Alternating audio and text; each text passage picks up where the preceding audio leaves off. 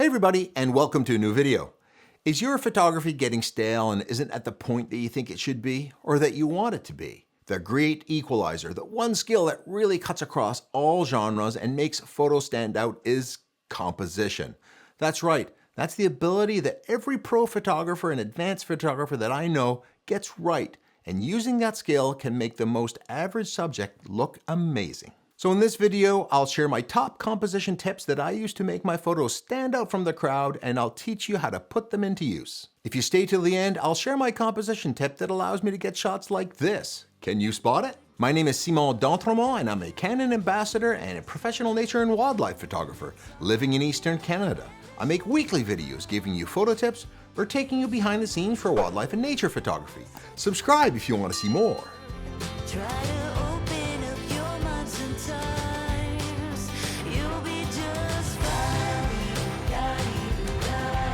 So what is composition in photography anyway?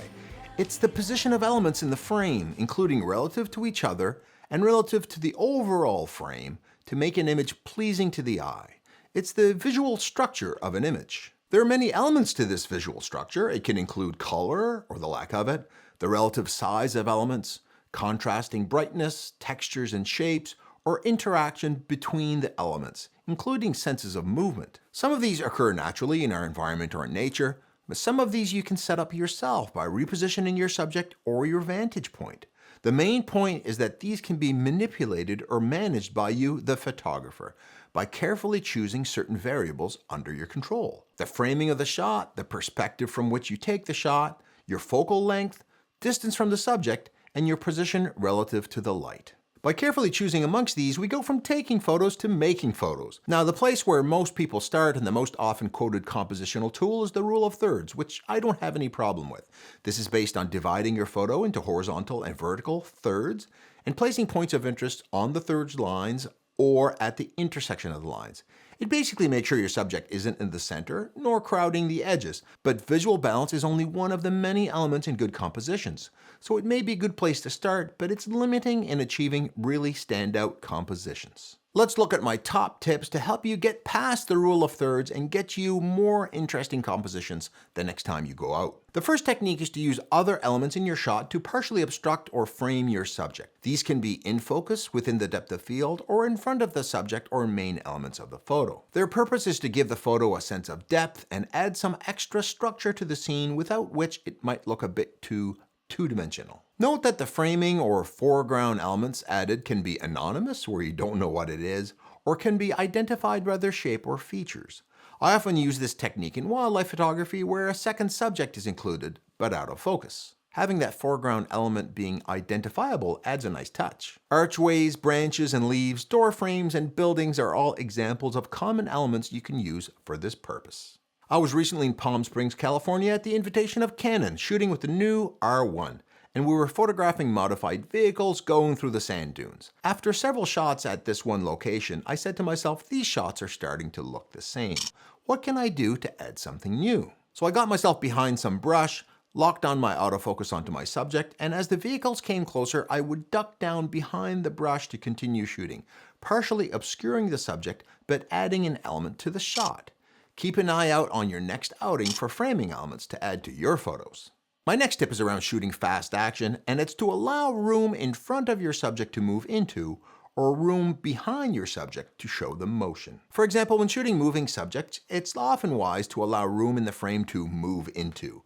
That means allowing some space in the direction of movement so the subject doesn't look like it's going to crash into the side of the frame. I often use this technique in wildlife photography, giving the subject space in the frame before it. How much room depends on the subject and the scene. Just don't leave the subject in the middle and crop so tightly that the forward motion edge is right in front of the subject's face. It looks like it'll crash into it. But an example of where I would reverse this technique is where the moving subject is leaving a trail behind them. In this case, to leave too much room in front of the subject would cut off the trail or action that's both pretty, but also demonstrating that there's movement in the scene. This can be birds taking off from water, or in my recent adventure, sand being thrown from the back of a vehicle. We definitely don't want to cut that out. Also, pay attention, if the trail is making any type of shape, shoot wide enough to get the whole trail and the shape it's creating. Don't shoot so tight that you miss getting all of the scene, like this beautiful loop created by this truck. The next compositional technique is to use symmetry. This is to use the equal weighting of things as part of your composition. Some compositions have different visual weight in various parts of the scene, which you can move around to get balance.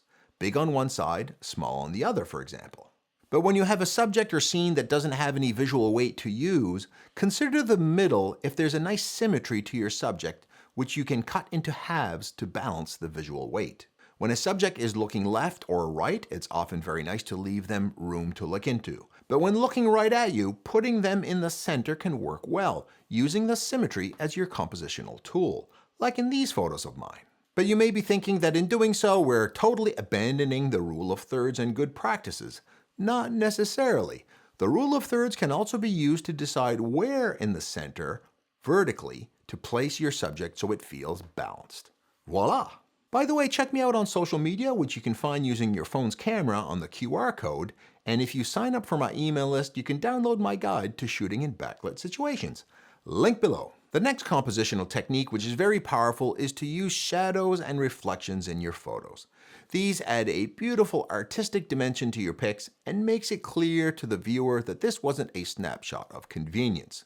They know instantly that the photographer put some effort into framing the shot. Doing this isn't complicated. You just need to keep an eye out for those reflections and shadows, and when you find them, shoot wide enough to include them.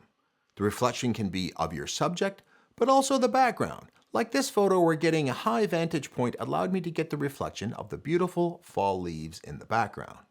And remember, having no wind and smooth water makes the reflections much better. Now when you do find them, pay attention to how high you're holding up the camera. Try up high and down low to see how the feature changes in the frame.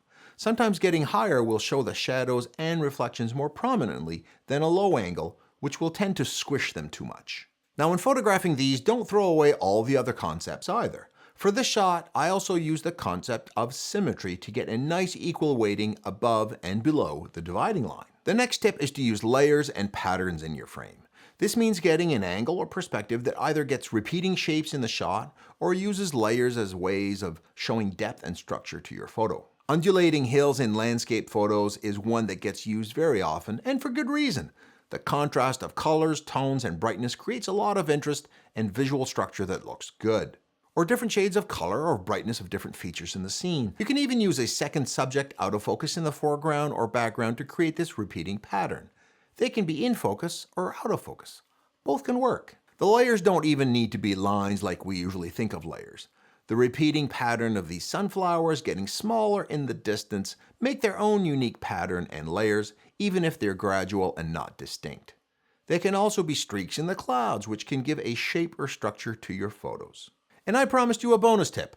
This one goes against some of the advice you'll often hear about filling the frame, and that's to stop thinking that you always need to have your subject large in the frame, filling all the space available.